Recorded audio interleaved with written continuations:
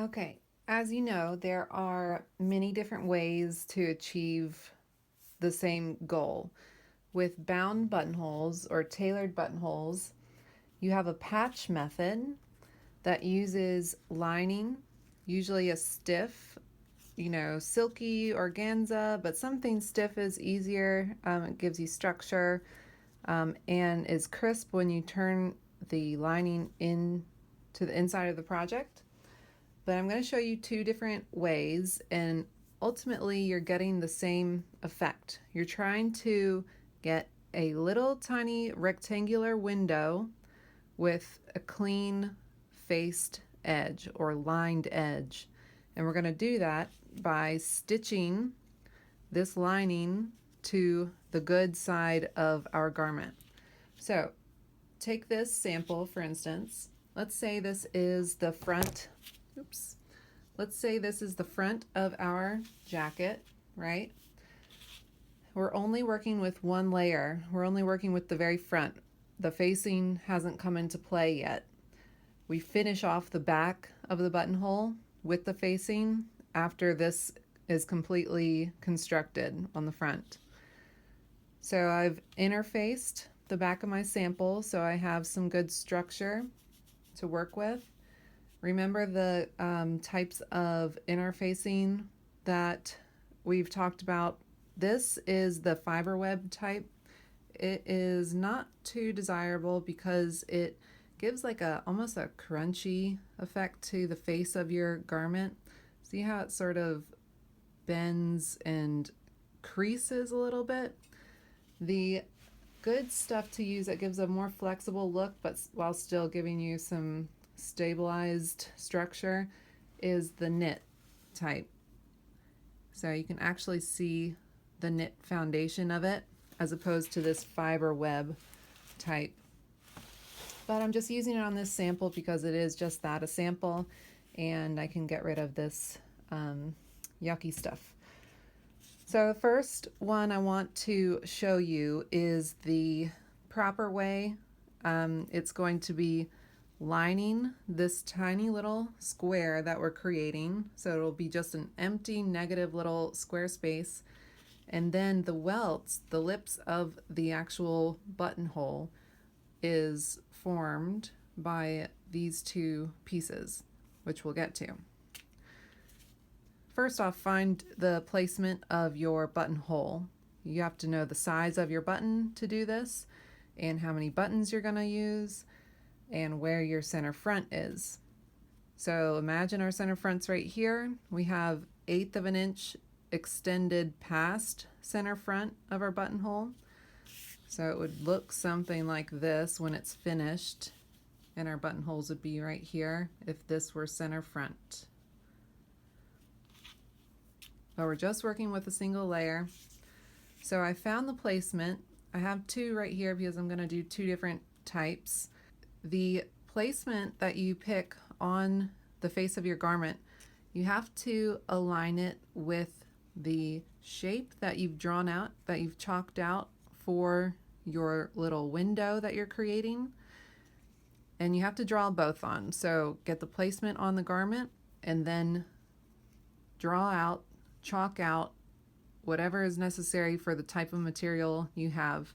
Like if you're working with a light fabric, you can use a pen. I just use a pen, especially for a sample. If it's a really nice garment, you want to try to use something that's water soluble, something that's going to go away. But on this black, I have this nylon ripstop. It's not organza, but it is a little bit more stiff, and it's definitely suitable for a lining because it's slippery. So you always want to start by putting your fabrics good to good. So this would be the face of my project, the good side, and the side that I didn't draw on, this side is the good side of my lining. Even though this doesn't have a good side, we're going to call this the good side. So look at your fabric, see if it even has a good side, and make sure you're constructing it with good to good. So on the bad side of my lining piece, I drew exactly what I want my opening to be for my buttonhole.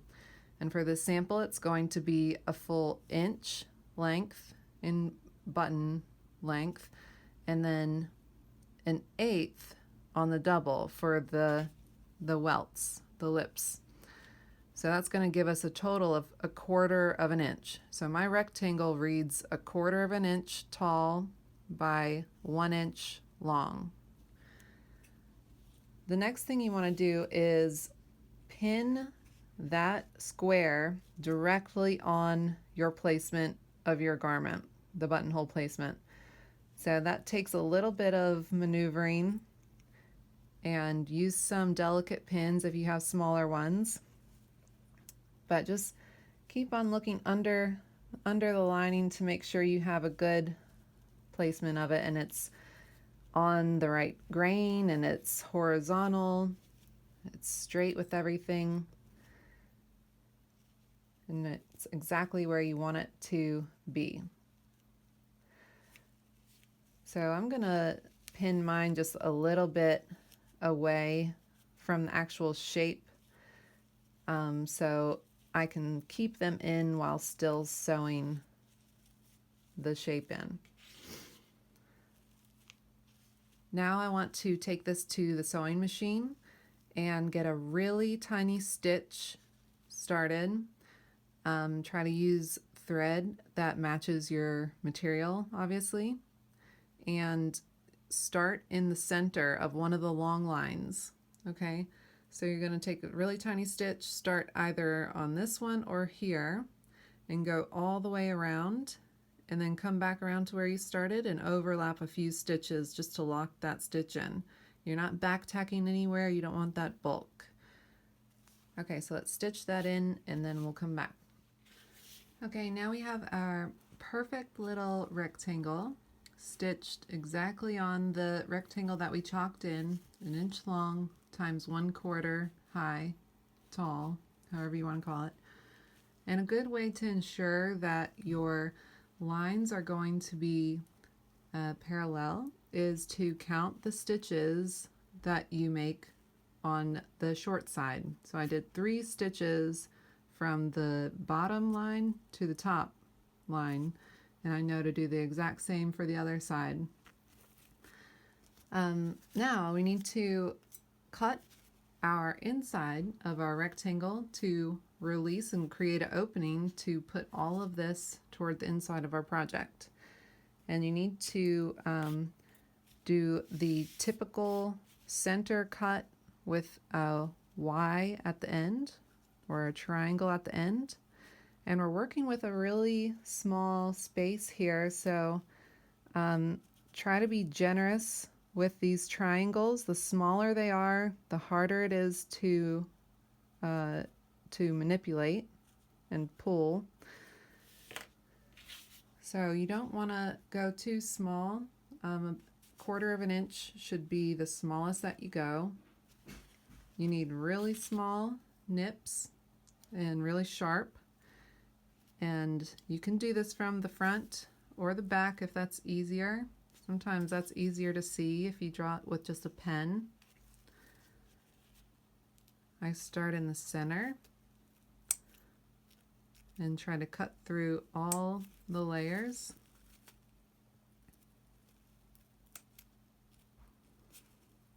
And you can fold your project like this if it's easier to get it started.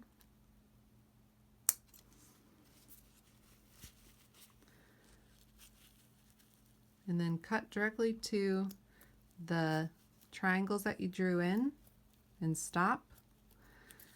Then follow those triangular lines, the Y that you created, and clip it right into that corner.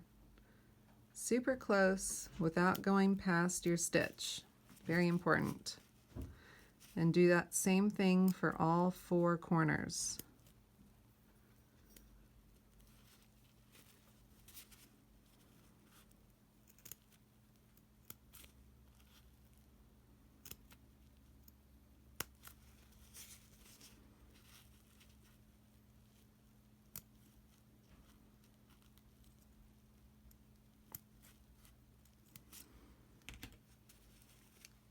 Now we have a little opening Okay, this is where we turn in our lining, push it all the way through.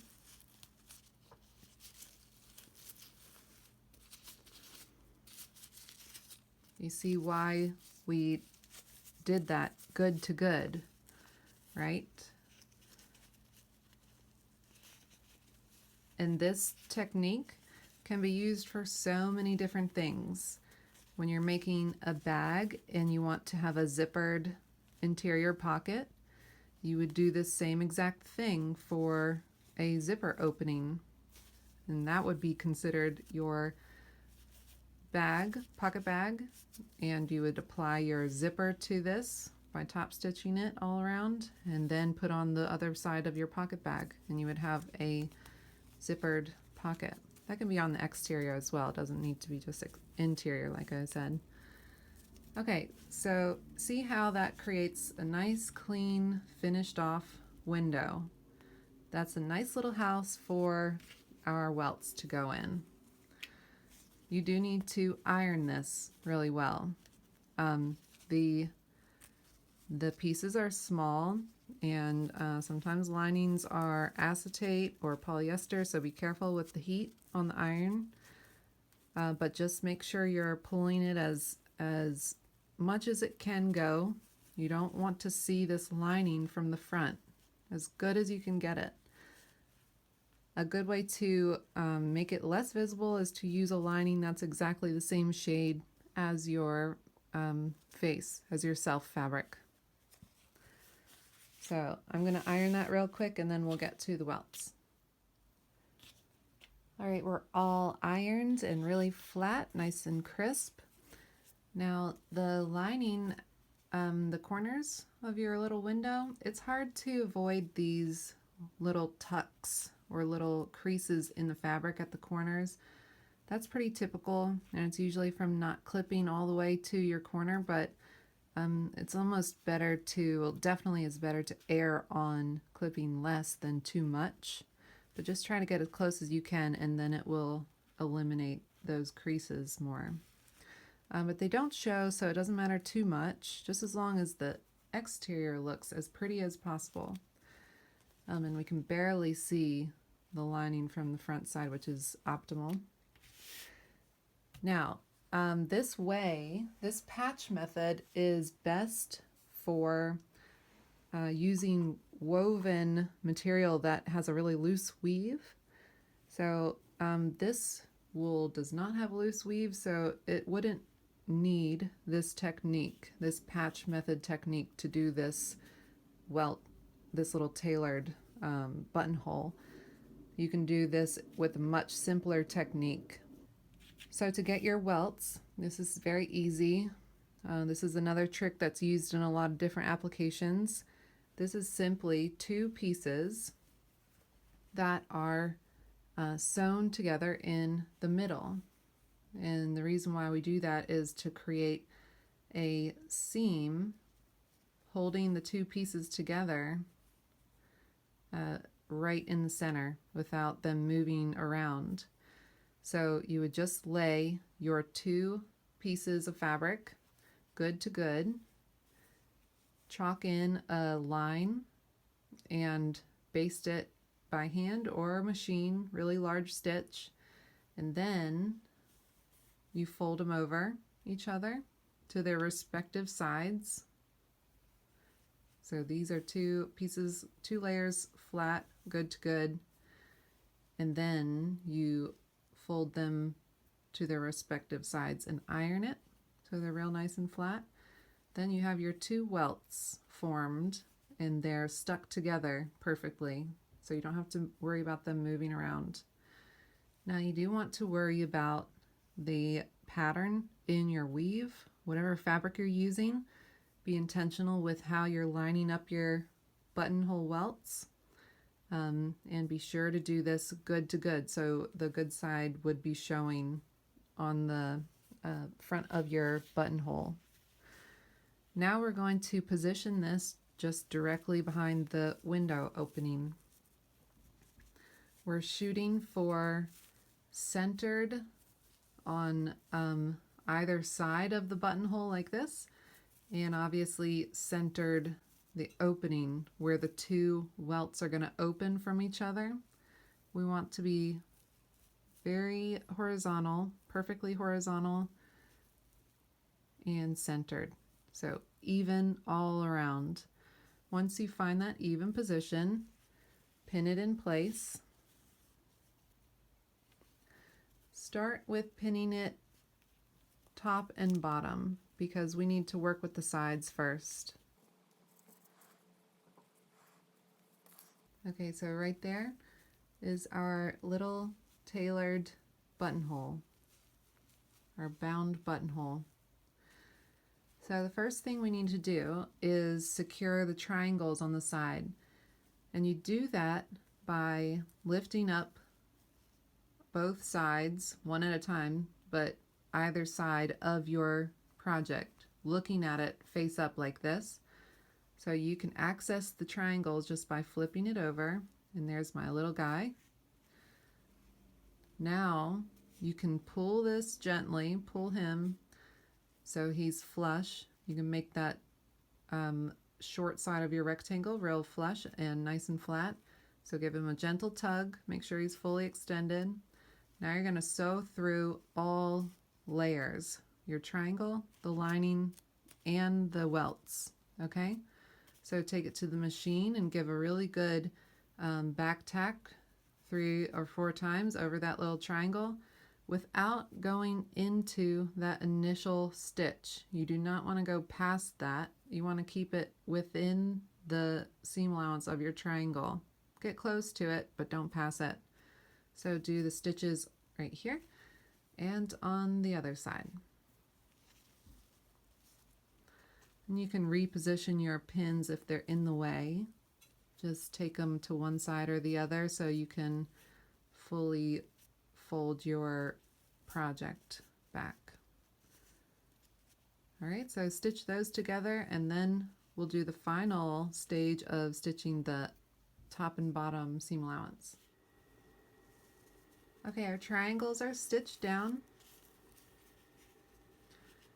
right on the edge there. Now our welts are held in place. We don't need to have pins in there anymore. And we're going to do the same thing for the top and bottom. And the reason why we're leaving our project like this is that it's the most accessible way to get to the tiny seam allowance on the top and bottom here. So if I lift this side up, just the single layer here, I find my tiny little seam allowance that we first created the little window with.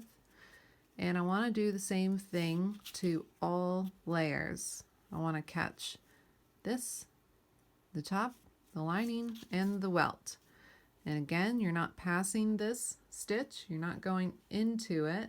You want to stay on the seam allowance side, but get as close as possible. And you're trying not to wiggle it around too much. You want to ensure that this stays, that you're not pulling it too much or pushing it too much when you fold this over. You want to find where that seam allowance wants to be on that welt, on this whole setup. So let it do what it wants to do to create that exact dimension. So stitch these two sides now by lifting the top and the bottom, and you will be finished after that. The only thing that you do is if you're ready to use your buttonhole, you would take out your basting stitch for the center here, and that will give you a little mouth, right, that can open. The other method that I want to show you is a sort of condensed method.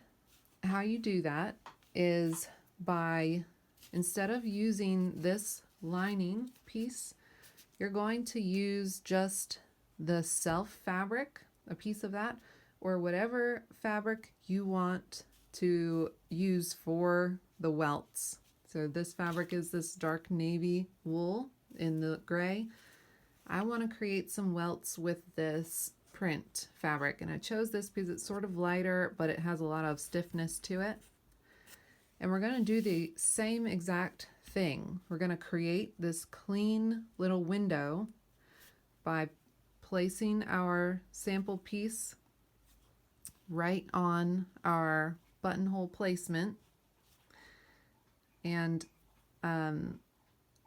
draw it on however you can. I drew mine on with a pen, but you do want to have your exact rectangular shape that you want to end up with. So find your placement and stitch the rectangle exactly like we did just a moment ago.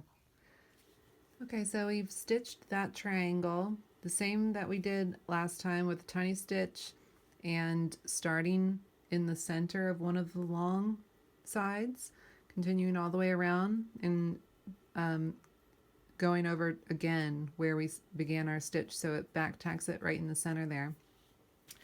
And that's just to avoid bulk with the thread. So again, to open up this triangle or rectangle, we need to draw our triangles in at the end. Clip it open.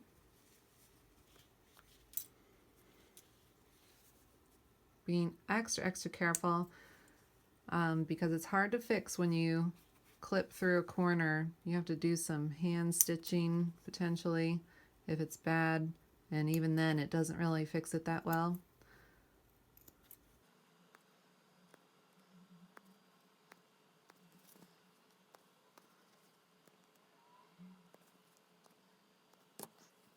Okay, there's our opening. Now do the same thing. Flip all of your lining or whatever your buttonhole material is. There is one mistake that I made with this. You see how the back of this has a more subdued or a less vibrant print. This is the good side, so I should have this good side flipped down on the face of my project. So we'll be working with the wrong side of this printed fabric, but that's fine for a sample.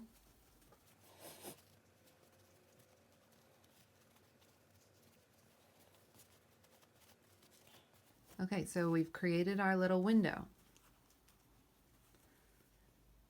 Okay, so pressed, very flat, nice and happy little window, clean finish. Now, here's the fun part about this. So it's the same method as this patch method, that we have this lining that cleanly finishes off this rectangle for us. Now we don't have to add extra pieces for these welts. And the reason why is we're using the same piece of material that we lined this rectangle with to create the welts. So you have to have enough material up here to be able to fold over and create that welt while still having enough to stitch down to our seam allowance, okay? So this ended up being a perfect amount. And so after you get your window, just fold your top and bottom sides down. And this fabric creases really easily, so I can finger press it into place pretty well, but you might have a more fickle lining, so you might have to do some extra maneuvering in a way. And once you get the exact placement of this, check the front to see if they're matching. You don't want any gaps between the two welts. And just reposition it until you get a really nice looking horizontal, parallel, everything equal placement of those welts that you just created. You can hold these down by pinning in the top area. Another good thing for any bound buttonhole method is to diagonal baste these two welts together before you start stitching down your triangles, before you start stitching down your seam allowance up here. Baste these two welts together real quick. And so they don't move around. They stay exactly where you want them to be before you tack everything down, before you hammer everything down and it's permanent. Okay, so that is the easy method, and you're just doing the same exact steps now that you have this, that you found your welts. You can pin it at the top and bottom first. So if you know that that's exactly where you want it to be, pin them down in place, and then start by stitching down your triangles, flipping this side up, find your little triangle right here, and stitch them through all the layers.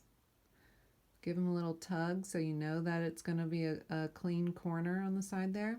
Same for the other side. Stitch down that triangle. When you get done with that, you can take the pins out and stitch the top and bottom. Same way. Lift the front side up and stitch down your seam allowance. Now just remember, with the pieces that you need, the fabric that you need to create the welts of your buttonhole, they will differ, and it's according to however big your buttons are, however big you want to make the buttonholes. The pieces that you're using for these, they should be at least an inch bigger than the length. So you want to have at least a ½ inch on either side of the length of your buttonhole. And then, about 3 inches is pretty close to what you need for this 1/4 inch buttonhole, but you sort of have to do some math. So consider how much you need for all these folds. Just take a second to do the math. But these are about 2 inches by 3 inches with a little bit of extra, little overkill on these. But that's all you need for the patch method. Again, that's good for fabrics that are a looser weave than normal.